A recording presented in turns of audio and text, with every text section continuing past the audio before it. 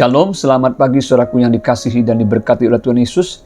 Marilah pagi hari ini kita merenungkan satu bagian firman Tuhan dengan judul Jangan berdalih untuk menghadiri undangan kerajaan Allah, terambil dari kitab Injil Lukas 14 ayat 24. Sebab aku berkata kepadamu, tidak ada seorang pun dari orang-orang yang telah diundang itu akan menikmati jamuanku. Perumpamaan tentang seorang yang mengadakan perjamuan besar dan ia mengundang banyak orang. Tetapi para undangan tidak bisa hadir dengan berbagai alasan, memberikan kepada kita suatu pengajaran tentang bahayanya berdalih sehingga menolak dan tidak bersedia hadir dalam undangan kerajaan Allah. Pada akhirnya orang-orang yang berdalih tidak dapat menikmati jamuan besar tersebut. Ada beberapa dalih atau alasan untuk membenarkan sebuah perbuatan yang diberikan para undangan untuk tidak menghadiri undangan kerajaan tersebut, yaitu: 1. Alasan pertama, berhubungan dengan milik atau harta benda. Ia telah membeli ladang dan harus pergi melihatnya. Berapa banyak orang jauh dari kerajaan Allah karena terikat dengan harta benda di bumi yang ia miliki. Tidak heran bila Yesus mengingatkan di dalam perkataannya, di mana hartamu berada, di situ hatimu berada, dalam Matius 6 ayat 21. Orang yang terikat dengan harta benda duniawi menganggap kerajaan Allah tidak penting, sehingga mengabaikannya. Ia lupa pada hari kemurkaan harta tidak berguna, tetapi kebenaran melepaskan orang dari maut, dalam Amsal 11 ayat 4. Alasan kedua berhubungan dengan pekerjaan atau usaha.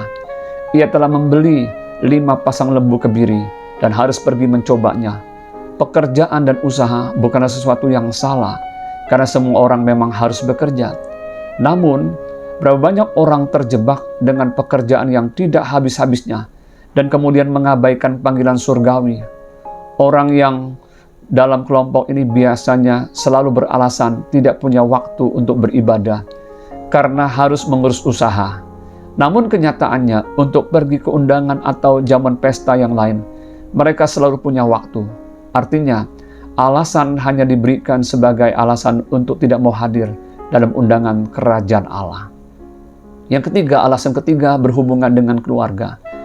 Ia baru saja kawin. Memang orang yang baru kawin tidak wajib hukumnya ketika ia harus diikutkan dalam wajib militer. Bandingkan dalam Ulangan 24 ayat 5. Namun bukan berarti dia tidak boleh pergi ke sebuah jamuan atau pesta. Secara umum, perumpamaan ditujukan kepada orang-orang Yahudi yang seharusnya memahami panggilan surgawi, karena pada mereka ada kitab para nabi yang memberitakan tentang kerajaan Allah. Namun bila mereka menolak Yesus Kristus yang sudah dinubuatkan oleh para nabi tersebut, maka mereka sama saja dengan menolak Allah Bapa yang mengutus Yesus. Dalam Lukas 10 ayat 16. Demikian juga mereka yang menolak Injil Kristus sama juga dengan menolak Yesus serta menolak Bapa di surga. Perenungan untuk kita yang hidup di zaman ini. Janganlah kita berdalih untuk menolak panggilan surgawi. Janganlah kita menganggap sepele dan tidak penting masalah kehidupan kekal atau keselamatan di dalam Yesus Kristus. Harta benda, pekerjaan, dan keluarga memang juga penting dan tidak ada salahnya. Namun bila harta, pekerjaan, dan keluarga menghalangi dan menjauhkan kita dari panggilan surgawi, itu semua akan menjadi masalah. Karena pada akhirnya kita akan binasa dan tidak menikmati jamuan besar bersama dengan Tuhan di dalam kerajaannya. Mari saat ini, berikan waktu dan hati kita tertuju kepada panggilan surgawi meskipun kita masih ada di bumi ini. Jangan banyak berdalih untuk menghadiri undangan kerajaannya. Tuhan Yesus memberkati kita semua. Amin.